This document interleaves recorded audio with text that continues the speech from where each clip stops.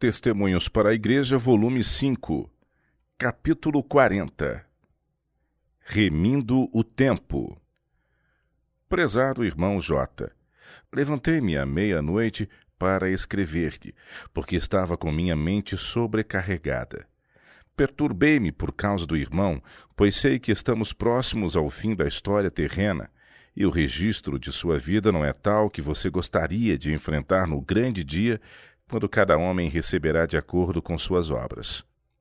Talvez julgue que outros procederam mal, e eu sei tão bem quanto você que não se tem manifestado na igreja um espírito semelhante ao de Cristo.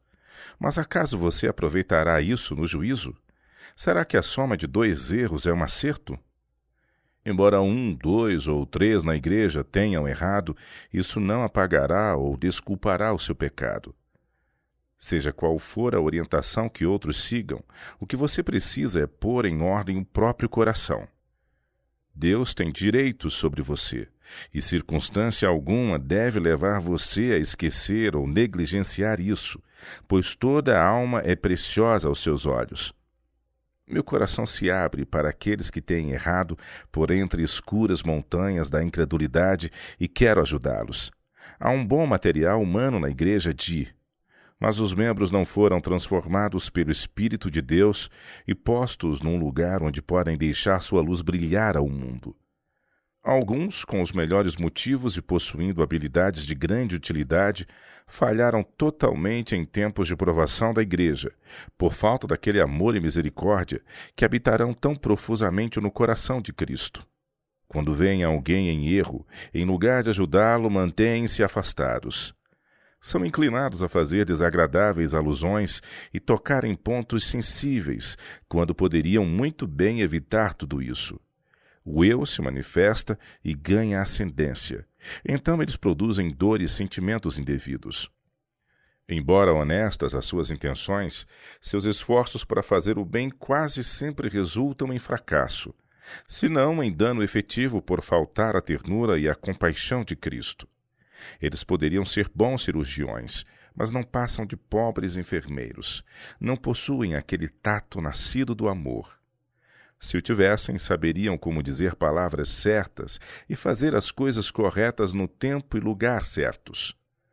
Outros podem não possuir um sincero desejo de agir corretamente, nenhum interesse mais profundo na causa de Deus.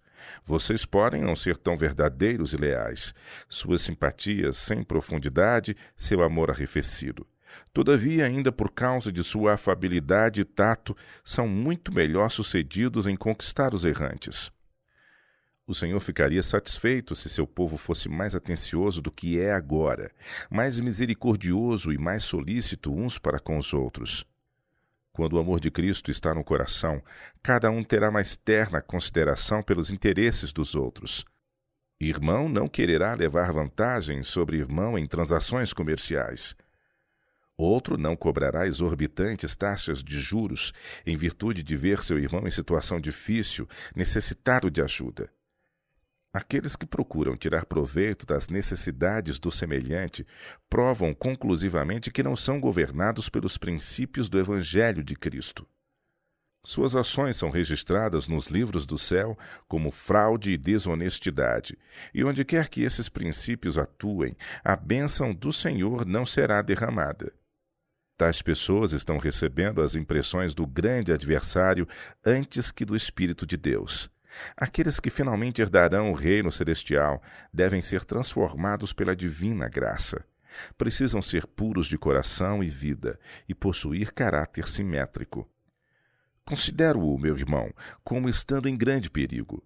Seu tesouro está acumulado na terra e seu coração está posto em suas riquezas. Porém, todos os meios que possa acumular, mesmo que sejam milhões, não serão suficientes para pagar o resgate de sua alma. Não permaneça na impenitência e incredulidade, que, em seu caso, anulam os graciosos propósitos de Deus.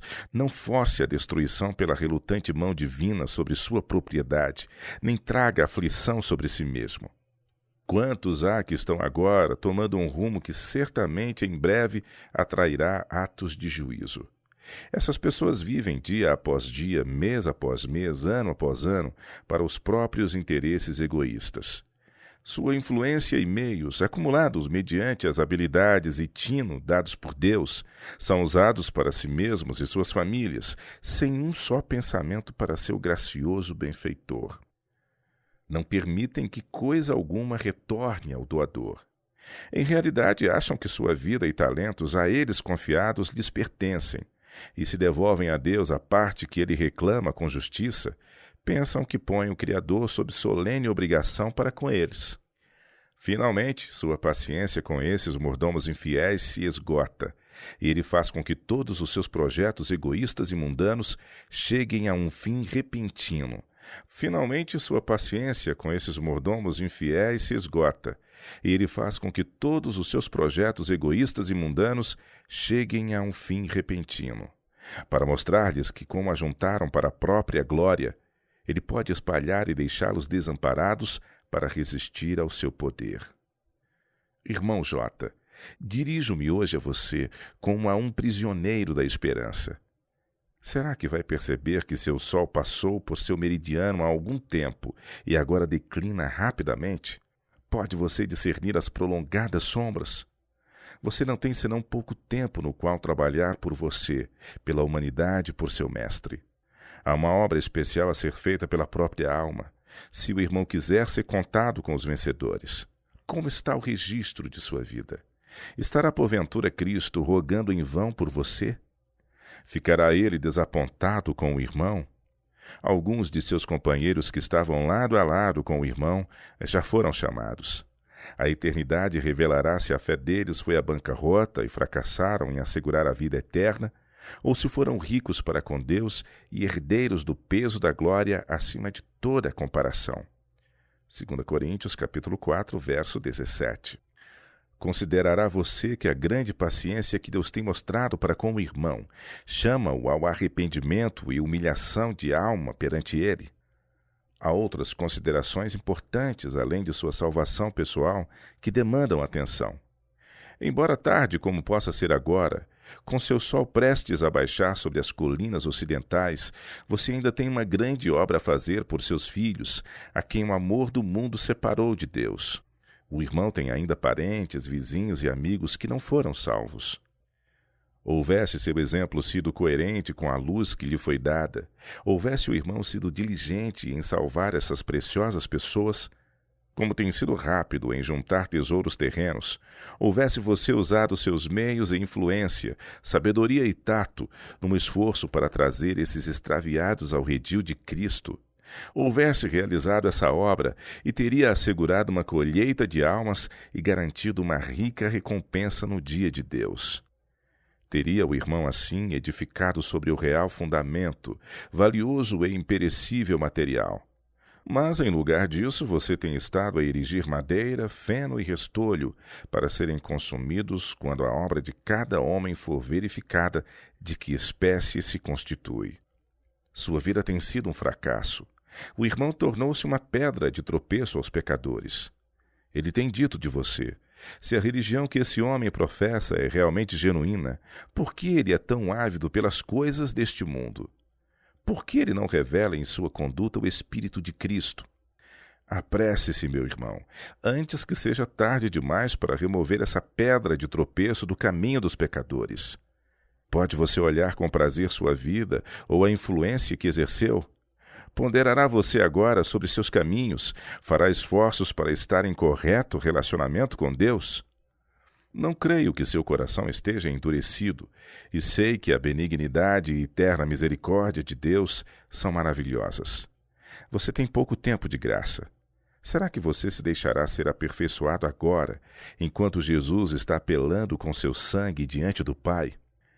Graciosamente tem ele poupado sua vida, mas você tem sido como uma figueira estéril, na qual ano após ano nenhum fruto se viu, nada senão folhas. Por quanto tempo ainda você continuará decepcionando o Mestre?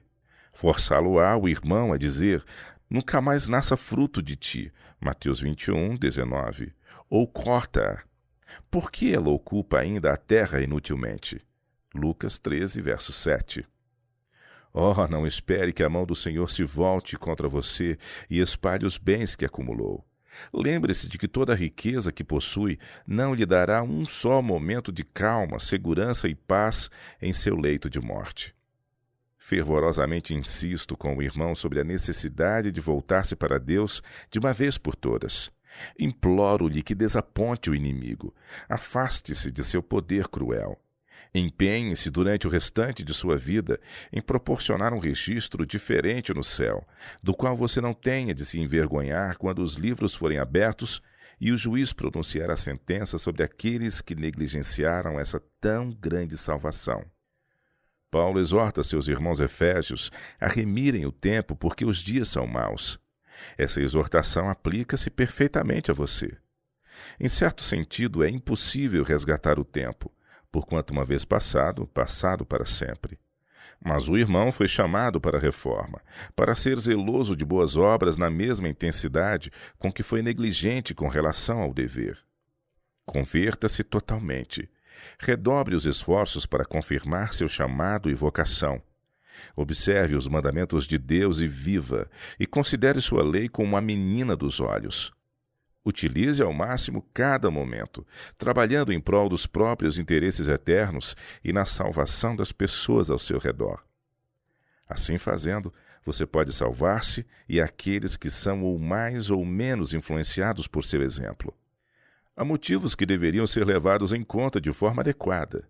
Desperte, desperte. Você tem uma obra a fazer, pois seu sol está rapidamente declinando no horizonte. Suas forças estão se debilitando, porém tudo o que há em você, cada partícula de suas habilidades, pertence a Deus e deveria ser usada diligente e desinteressadamente em seu serviço. Trabalhe enquanto o sol ainda se demora no céu, pois a noite vem quando ninguém pode trabalhar. João 9, verso 4.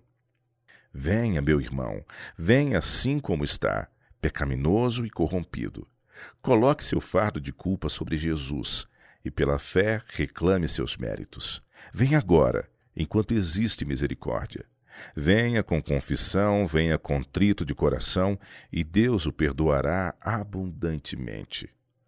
Não se atreva a menosprezar esta oportunidade. Ouça a voz da misericórdia, que agora insiste com você, para erguer-se dentre os mortos, a fim de que Cristo lhe conceda luz. Cada momento agora parece ligar-se diretamente com os destinos do mundo invisível. Então não deixe que seu orgulho e incredulidade o levem a rejeitar ainda mais a misericórdia oferecida. Caso contrário, você será deixado a lamentar-se no final. Passou a cega, findou o verão, e nós não estamos salvos. Jeremias 8, verso 20. Demore-se em profunda humilhação diante de Deus. A partir de agora, decida-se pertencer a Deus, cumprindo totalmente seu dever, confiando implicitamente na grande expiação. Faça isso e nada terá a temer. O restante de sua vida será tranquilo e feliz, e o irmão assegurará para si mesmo aquela vida que se mede pela vida de Deus. Escrevi essas palavras porque sinto-me impelida a fazê-lo pelo Espírito de Deus e porque tenho profundo interesse em você. Em nenhum instante permita que seus sentimentos se ergam contra mim, pois fui tão somente influenciada pelo amor por sua salvação. Temos fruído muitos e preciosos momentos na adoração de Deus, quando nosso coração ficou feliz por causa de suas ternas bênçãos. Passou esse tempo para sempre? Podemos não nos encontrar novamente nesta vida. Mas será que não nos veremos quando os resgatados estiverem reunidos ao redor do grande trono branco?